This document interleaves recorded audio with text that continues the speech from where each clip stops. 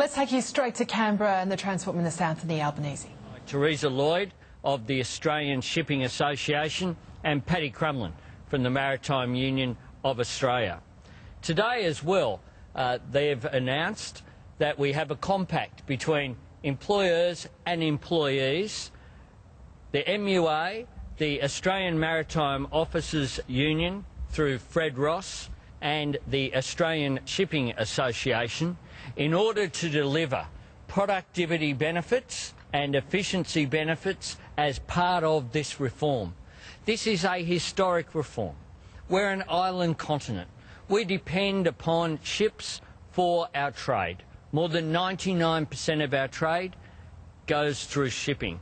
We have the fourth largest shipping task in the world, and yet we've seen a decline. 55 ships down to 22 in recent years, and dropping. We only have 4 ships that engage in the international trade. That is not good enough. There are real reasons. Economic, in terms of productivity, environmental, in terms of making sure that we have top quality ships and properly trained people with proper conditions operating around our coasts, and also reasons of national security for recognising that an Australian shipping industry is absolutely vital. Today's legislation does just that. It produces a zero rate of taxation for Australian ships. It produces a zero rate of taxation for Australian seafarers. It makes sure that they can compete with international shipping to make sure that Australian shipping can not only operate around our coast through properly regulated arrangements, but can also grow and expand into the international trade.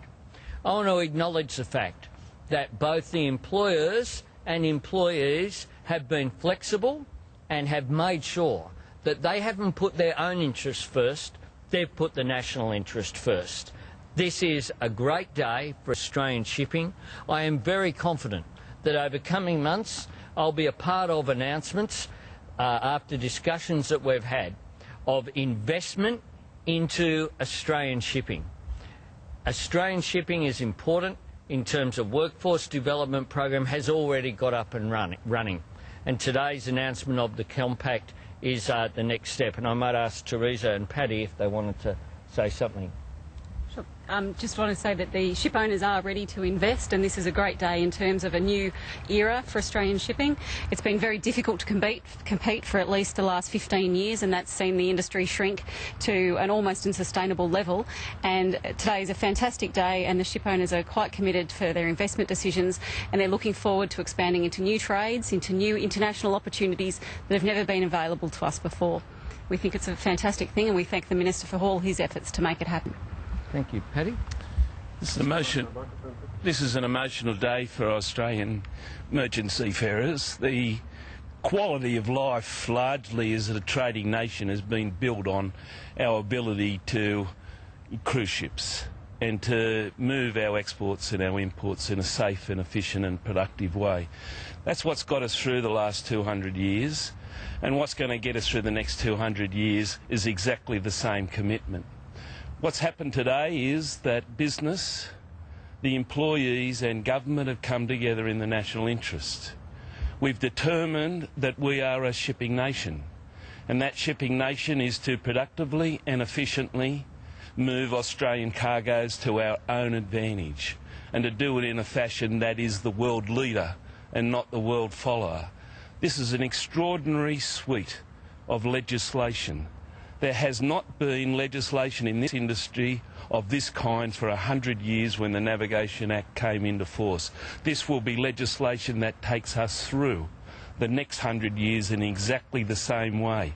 It provides further the opportunity for regional seafarers in East Timor, in Papua New Guinea, in those islands under environmental threat of the South Pacific, all seafaring nations to join in and build the Australian shipping experience to their advantage, their national advantage, their community advantage. It is a vision of great scope, it is legislation of great detail, it is based and rooted in the foundation of experience, because we are a seafaring nation and the Labor government has recognised that. Thanks very much. I'm happy to take questions on this, and then I think my guests are on plane. So, any questions on these matters? No major reform in 100 years, but 99% of trade. I suppose the question is, why so long? Well, we only got into government in 2007. What I did was refer to the House of Representatives the inquiry on coastal shipping. It was one of my first acts as a minister. That committee reported in 2008. In the beginning of 2009, I established a shipping advisory group made up of industry groups, the National Farmers Federation, unions, to deliver a program of how we could make the next step. Since then, I then released a discussion paper after I received their report. We then established 3 groups, one on taxation measures chaired by Treasury, one on regulatory reform and one on workforce development. That made sure that this has been an incredibly consultative process. This is a one-off reform. We want to make sure we got it all right. This comes at a time when we've introduced legislation as well consistent with this to have a single national regulator, the Australian Maritime Safety Authority. We've also produced an entire rewrite of the Navigation Act 1912, 100 years after that act was written, modernising it, introduced into the Parliament last week. So this was a reform process that we wanted to make sure we got right. We also produced exposure drafts of the bills and then had another House of Representatives committee inquiry into the legislation. So this has been the most consultative process possible. It's ensured that we've brought with us on this journey industry, unions, groups out there in the community who have an interest in Australian shipping. I said in the Parliament there are big advantages of increasing the amount of cargo that goes on ships. The blue highway is free. We need to make sure that we do it properly. We need to make sure that we get this analysis right, and we have. We've done, quite frankly, at the beginning of the process, if I had fronted up to a meeting of the Cabinet and said, I've got this idea, we're going to have a 0 rate of taxation for shipping without having the evidence in, then I don't think it would have got very far. This is evidence-based policy. It's policy that's been driven by those people who know it best, those people at the workplace, whether it be the owners of ships, the operators of ships, or the people who crew the ships. They are the people who've driven this reform, and it's been that engagement, I think, that has meant that today, frankly, in spite of the fact that the National Party tried to defer off for another inquiry for 6 months this process, frankly, they didn't. There wasn't much of an argument against this legislation. What that says to me is that we've got it right. I look forward to watching this rolled out in practice and towards it making a big difference. Thank you. Yeah, I might do others. Do you guys? You're happy to stay, but all right. Okay. Just on another matter, Mr Albanese, the ACT police have wrapped up their investigation into the Australia Day protest, and they've decided to lay no charges there. What do you make of that? Oh, look, I don't comment on police reports that I haven't seen. In terms of what Parliament's been like in the past 2 weeks, in your years in federal Parliament, is this a low point in terms of I suppose the scenes that we've seen in the House of Representatives? I think it has been.